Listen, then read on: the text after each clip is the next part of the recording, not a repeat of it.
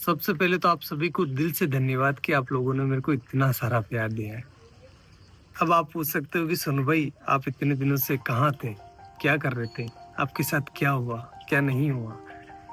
तो भाई लोगों सच बता रहा हूँ, पिछले 60 दिनों से मैं अपने घर पर बैठकर रो रहा हूँ। बहुत सारी एंजाइटी फील कर रहा हूँ और बहुत कुछ हो रहा है मतलब, क्योंकि मेरी जिंदगी बर्बाद हो चुकी है। अब मेरे पास कुछ भी नहीं है करने को। क्या हुआ है मेरे साथ, कुछ अलग हुआ है मेरे साथ, जिस वजह से जो भी मैं था ना वो खत्म हो गया है। कैसे हुई है मेरी जिंदगी बर्बाद, ये जानना है आपको अगर, या फिर मेरे को मैं बताऊं कि मैं बता सकता हूँ आपको कि मेरी जिंदगी कैसे बर्बाद हुई है, तो उसके लिए मेरी जिंदगी जाननी पड़ेगी कि सोनू ने स्ट्रगल करके क्या अपने जीवन में हासिल किया था और उसके पास अब वो नहीं है। सोनू जिंदा रहने के लिए भी संघर्ष करा है सोनू भाई ने, जिंदा रहने के लिए। तो मैं बताता हूँ आपको कि मेरी जिंदगी कैसी थी, तब आपको भी समझ में आएगा कि मैंने क्या खोया है और मैं ऐसा क्यों सोच रहा हूँ कि मेरी जिंदगी बर्बाद हो गई है। और सबकी शुरुआत होती है मेरे नाना जी के घर से, वहीं से शुरू करते हैं।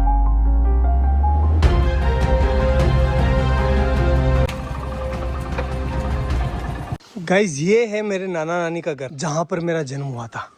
चलो अंदर चलकर देखते हैं कौन कौन है।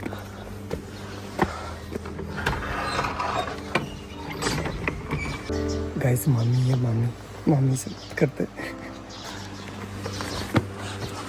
दोग जी मामी कैसे हो? बढ़िया, ठीक। क्या कर रहे हो? हाँ तैयार है, सब तैयार है। तो कुछ ऐसा दिखता है नाना नानी का घर। मेरा जन्म हुआ था यहाँ पर। पहले आपको पता है कि ना हॉस्पिटल वगैरह नहीं जाते थे, मतलब बच्चे जो है वो घर पर ही हो जाते थे। तो मेरा भी जन्म ऐसे ही हुआ है। मामी हम यहाँ कौन से कमरे में रहते थे पहले, जब मैं छोटा था ना, बच्चा था तब? इस वाले में। ये है वो रूम जहाँ पर हम बचपन में रहा करते थे, ये वाला। देखो आप, ये देखो इधर इधर इधर इधर। इस वाले रूम में जो है भेड़ और बकरियों के बच्चे रहा करते थे, क्योंकि बाहर कुत्ते मार देते थे ना, इसलिए। और इस वाले पोर्शन में जो है मेरी बूढ़ी नानी, जो अब इस दुनिया में नहीं है, और मेरी मम्मी दोनों रहा करती थी। और यहीं पर हम जो है पले बड़े हुए हैं। एक्चुअली में हुआ क्या था गाइस कि यार वो एल्कोहलिक थे, थोड़ा सा उनकी हैबिट थी कि उनको नशा लग गया था। तो फिर वो हमारी टेक केयर नहीं कर पा रहे थे अच्छे से। तो नाना नानी ने ये रिस्पॉन्सिबिलिटी ली कि हम जो है इन बच्चों को पालेंगे, अदरवाइज इनका क्या होगा। तो उन्होंने हमें यहाँ लेकर आए और यहीं पर जो है मम्मी अपना काम करती थी, साथ ही साथ हमारा पालन पोषण यहीं हो रहा था। तो मैं एक लाइन बोल सकता हूँ कि अगर मेरे नाना नानी नहीं होते ना, तो आज मैं या फिर मेरे बहन भाई हो सकता है कि इस दुनिया में नहीं होते। गाइस देखो नाना जी का गांव कितना प्यारा है। खैर फिर वो टाइम आया जब हमें ये घर छोड़ना पड़ा, क्योंकि यार गाइस देखो नाना नानी कब तक पालेंगे, उनकी खुद की भी कोई जिम्मेदारी है, इसलिए फिर हमें यहाँ से जाना पड़ा। चलो अपन भी चलते हैं, लेकिन उससे आशीर्वाद ले लेते हैं। चलो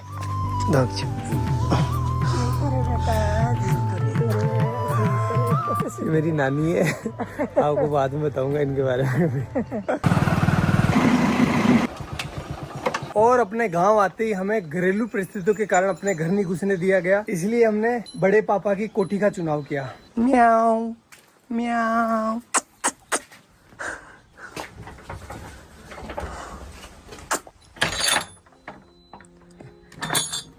तो भाई लोगों ये है हमारी कोठी, जहां पर हम 2 साल रुके थे। तो अगर मैं अपने 2 हाथ फैलाऊं ना, इतना ही डिस्टेंस है, ज्यादा नहीं है। इतनी ही इसकी लंबाई है और इतनी ही इसकी चौड़ाई है, ये देखो। और हाइट आप देख सकते हो, बस इतना ही है। मेरी हाइट थोड़ी कम है, इस वजह से यहाँ पर जगह भी कम रह गई थी। केवल यहाँ पर एक छोटा सा मचान बिछाने के लिए जगह थी।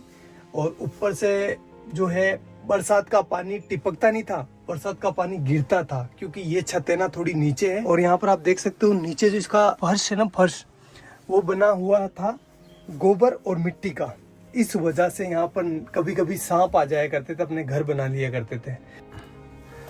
और भाई लोगों इस घर में हमें जिंदा रखने की जिम्मेदारी आ गई हमारे मम्मी के कंधों पर। और इस वजह से पहले भी काम किया उन्होंने, लेकिन उन्होंने 10 रुपए मजदूरी में काम चालू कर दिया। 10 रुपए में से 5 रुपए के वो हमारे लिए चावल लेकर आती थी। मैं लेकर आया हूँ आपको बताने के लिए कि उस टाइम कितने चावल आते थे। इतने चावल आते थे 5 रुपए के। तो इन चावलों से वो हमारा पेट भरती थी, तीनों बहन भाइयों का सॉरी, और खुद भूखी सो जाती थी कि मेरे बच्चों का पेट भर जाए, बस बहुत है, मैं तो निकाल लूंगी रात। और हम ना समझते उस टाइम, तो हम नहीं समझ पा रहे थे कि हमारी माँ जो है वो भूखी सो रही है। हम तो बस अपना पेट भरने का ध्यान दे रहे थे। लेकिन मेरी मम्मी जो है उस टाइम बिना कुछ खाए भूखी सो रही थी। एक जो कटोरी होती है आटे की, उसको संभाल के रख रही थी कि जब बुरा टाइम आएगा तो मैं अपने बच्चों को खिलाऊंगी। खुद कुछ नहीं खा रही थी, एक टाइम खाना खाती थी पूरे दिन में वो, और कंटिन्यूस काम कर रही थी वो।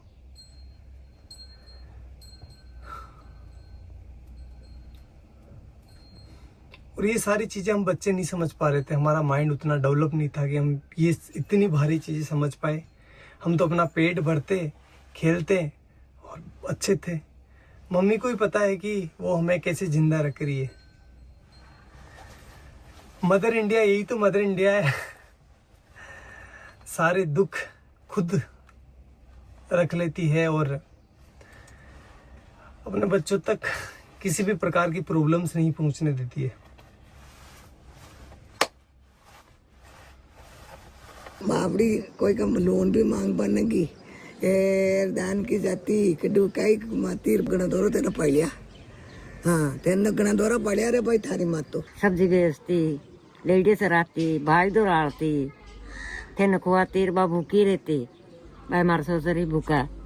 तना दूध पाइयो, तेन रोटी खुआई, गनी दोरी कमक मारा, तो मात का दान की जाती। हाँ ते भरा का केवन के ते बली दूध ने भरे क्यों, मैं ते दिए किस कोई केव गणा दौरा पहले तो बा।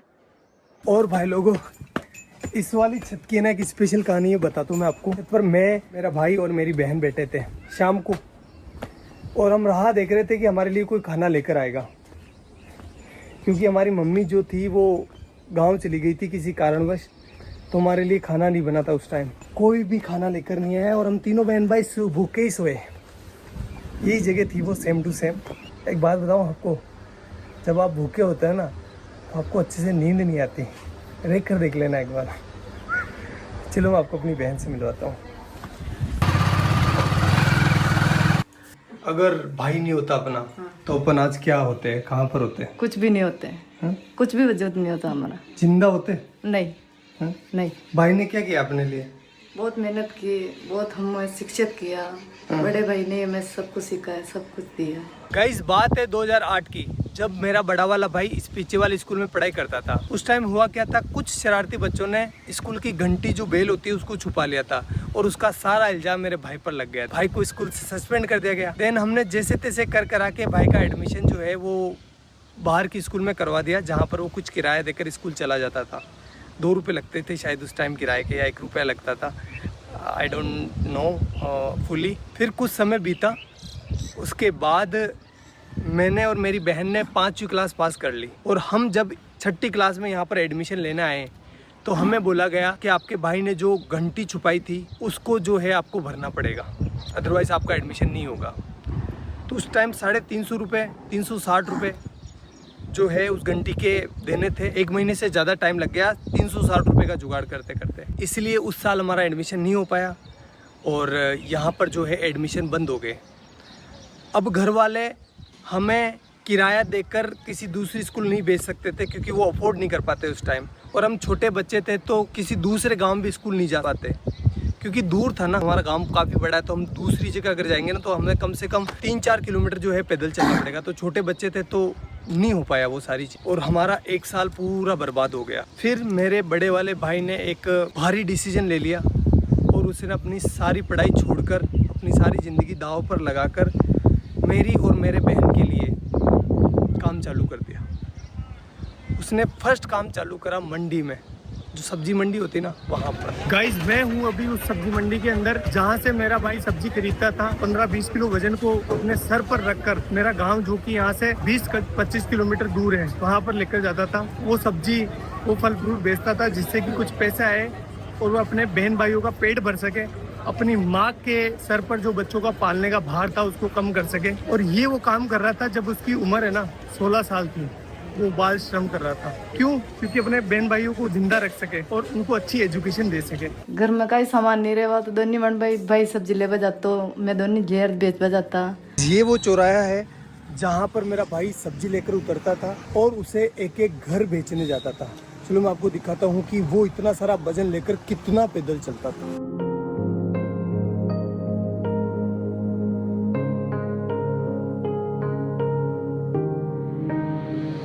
उस 20 किलो वजन को अपने सर पर रखकर इन घरों में घूम घूम कर सब्जियां बेचता था। इस काम में कुछ लोग पैसे नहीं देते थे, मतलब सब्जियां उधार ले लेते थे और फिर बोलते थे कल ले लेना, परसों ले लेना। भाई लोगों एक बार की बात है, सामने जो पाबूजी महाराज का मंदिर दिखाई दे रहा है ना, उनके बारे में मैं ऐसा बताया गया, जो लड़के बैठे होते हैं ना चौराहे पर, बदमाश नहीं बदमोश उन्होंने ऐसा बोला कि मेला है पाबूजी महाराज का, तो इस दिन इस डेट को पाबूजी महाराज का मेला है, तो तुम अपनी सब्जियां और फल फ्रूट लेकर आ जाना यहाँ पर। तो हमने सोचा अच्छा है कि हमारा जो है फल फ्रूट बिक जाएगा और हमारा कुछ बेनिफिट हो जाएगा। हम आए तीनों बहन भाई, तो यहाँ पर आकर देखा तो कोई मेला नहीं था और उन्होंने थोड़े से हमसे फल फ्रूट ले लिए और हमको डरा धमका के भगा दिया। तो एट द एंड धंधा जो है वो इतना अच्छा चल नहीं रहा था, इसलिए उस काम को भी हमें छोड़ना पड़ा। हमें नहीं, मतलब भाई को छोड़ना पड़ा।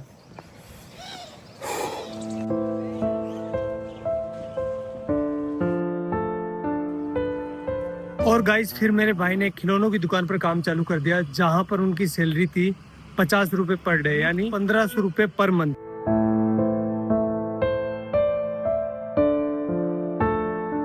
एक महीने बाद जब भाई की सैलरी आई तो उसने लगभग आधा भाग यानी 700 रुपए के आसपास मेरे और मेरी बहन के लिए बुक्स लेने में खर्च कर दिया, जबकि खुद काम पर फटे हुए कपड़े पहनकर जा रहा था। वो चाहता तो अपने लिए कपड़े ले सकता था ना, लेकिन नहीं लिए उसने। लेकिन हम खुश थे। क्यों खुश थे? क्योंकि पहली बार रजिस्टर आया था, पहली बार हेल्प बुक आई थी।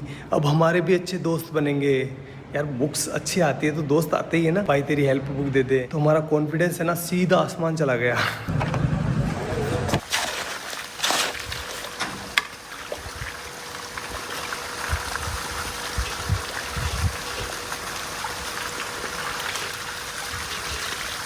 भाई लोगों अब मेरी बारी थी। जो भी मैंने लिया है ना उसको वापस रिटर्न करने की, इसलिए मैं काम करने लग गया।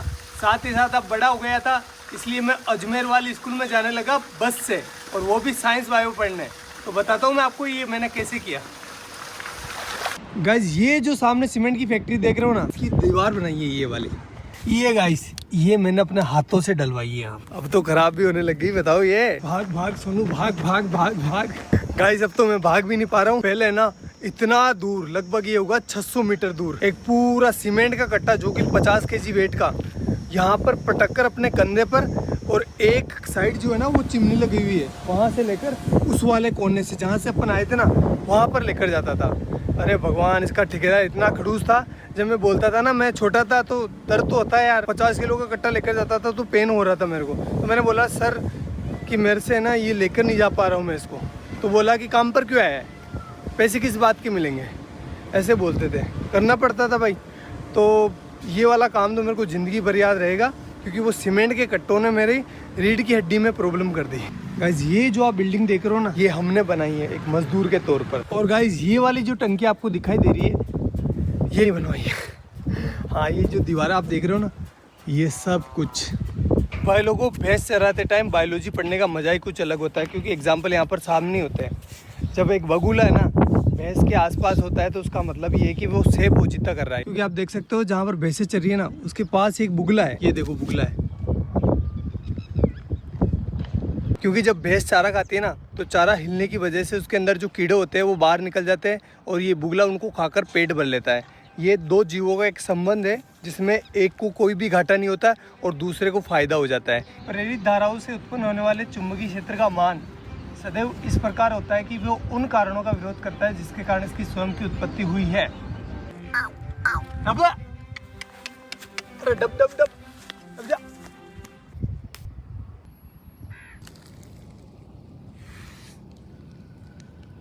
अब भाई लोगों अब रिजल्ट का टाइम, लेकिन वो मैं यहाँ नहीं बताऊंगा, मैं बताऊंगा उस वाले पहाड़ के ऊपर।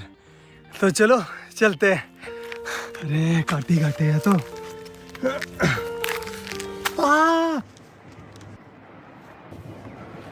अब भाई लोगों मेरा आ गया 12th का रिजल्ट। परसेंटेज तो कम ही बना है, फिर भी मैं आपको बता देता हूँ। ये देखो 77%, जिसमें से केमिस्ट्री में आए 93 डिक्टेशन और फिजिक्स में आए हैं 87 डिक्टेशन। भाई लोगों ये मेरे परसेंटेज नहीं है, ये लेकर आया मेरे जीवन में कॉन्फिडेंस। अभी तक भी मेरे जीवन में कोई हार्ड काम आता है ना, तो मेरे को अंदर से आवाज़ होती है कि तू कर लेगा, डर मत, तू कर लेगा। लेकिन इस बार है ना, मेरे को सोनू का सूरज डूबता हुआ दिखाई दे रहा है।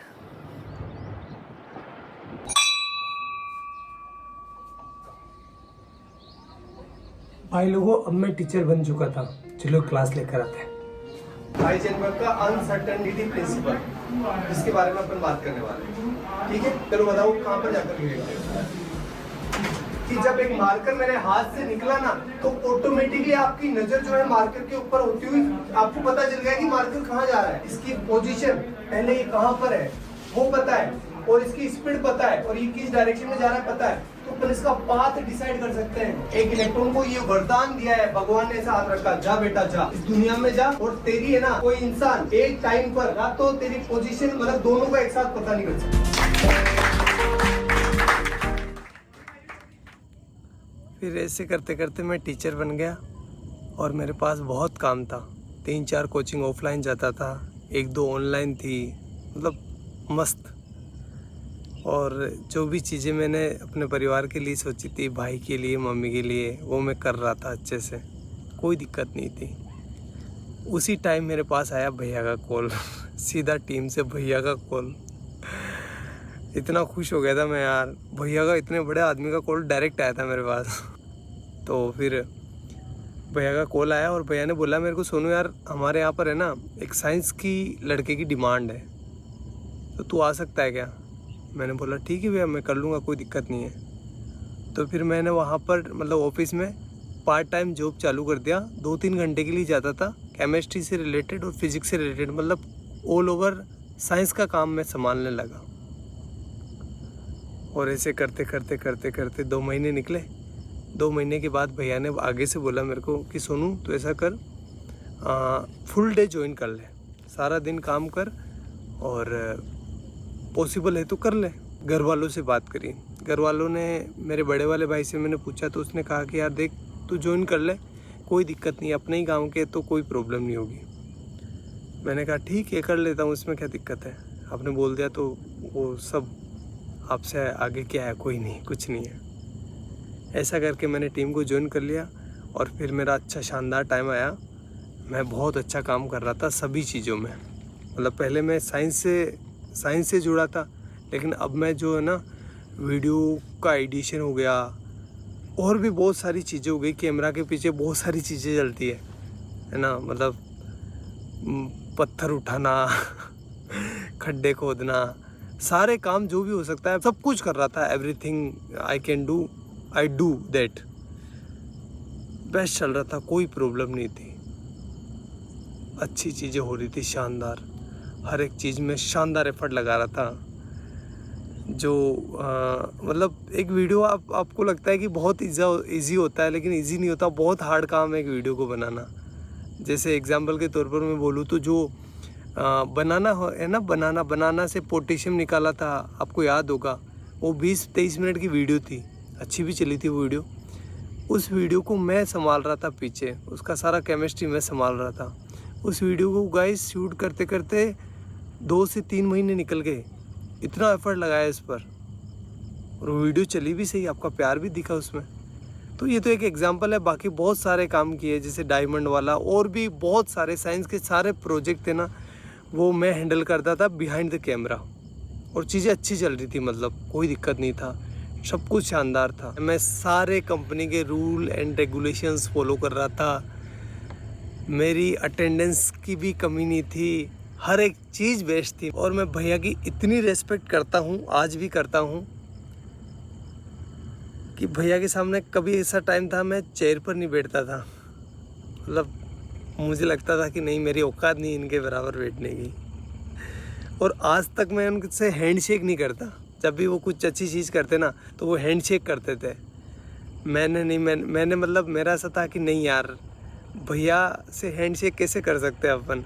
मैं उनके पैर छूता था, इतनी इस लेवल पर रेस्पेक्ट कर रहा था मैं। सब कुछ चीज़ें शानदार चल रही थी, कोई भी प्रॉब्लम नहीं थी किसी भी प्रकार से। अभी 2-3 महीने पहले ही मेरे साथ कुछ ऐसा हुआ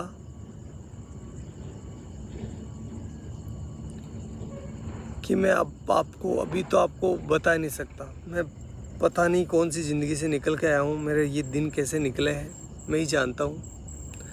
वो तो आप लोगों का प्यार है और घर वालों का प्यार है, लेकिन मैं एक बहुत हार्ड टाइम से निकला हूँ।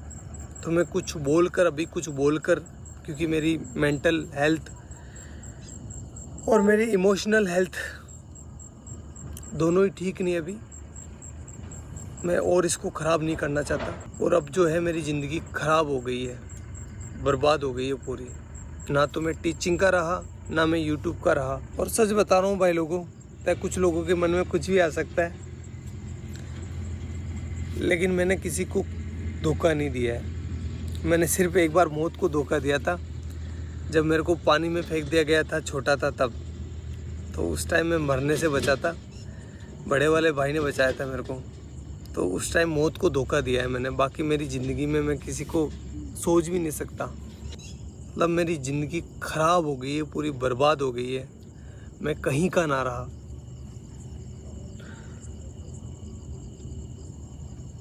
लेकिन घर वालों को वो चीज़ें नहीं दिखा सकता मैं। वो मेरी वजह से परेशान हो रहे थे, और आगे से मैं रहूँगा भी नहीं। ना तो आपके सामने रहूँगा, ना घर वालों के सामने रहूँगा। और साल भर तक मैं ट्राई करूँगा, अगर मेरे से ये हो जाता तो ठीक, अदरवाइज़ मैं जो है वापस अपने एजुकेशन फील्ड में चला जाऊँगा। और साथ ही जो है अपनी एजुकेशन को भी सुधारूँगा। और साथ ही ये करके देखना पड़ेगा, सिचुएशन ऐसी हो गई है कि मेरे को करना पड़ेगा, क्योंकि मैं क्या करूँगा अब। और आगे आने वाले टाइम में बताऊँगा मैं आपको कि मेरे साथ क्या हुआ है, लेकिन अभी मेरे को माफ़ करना, मैं नहीं बता सकता। मैं वापस वो डार्क टाइम नहीं देखना चाहता। आगे जाकर बताऊँगा, मैं पक्का बताऊँगा, लेकिन अभी नहीं। हाथ जोड़कर रिक्वेस्ट है।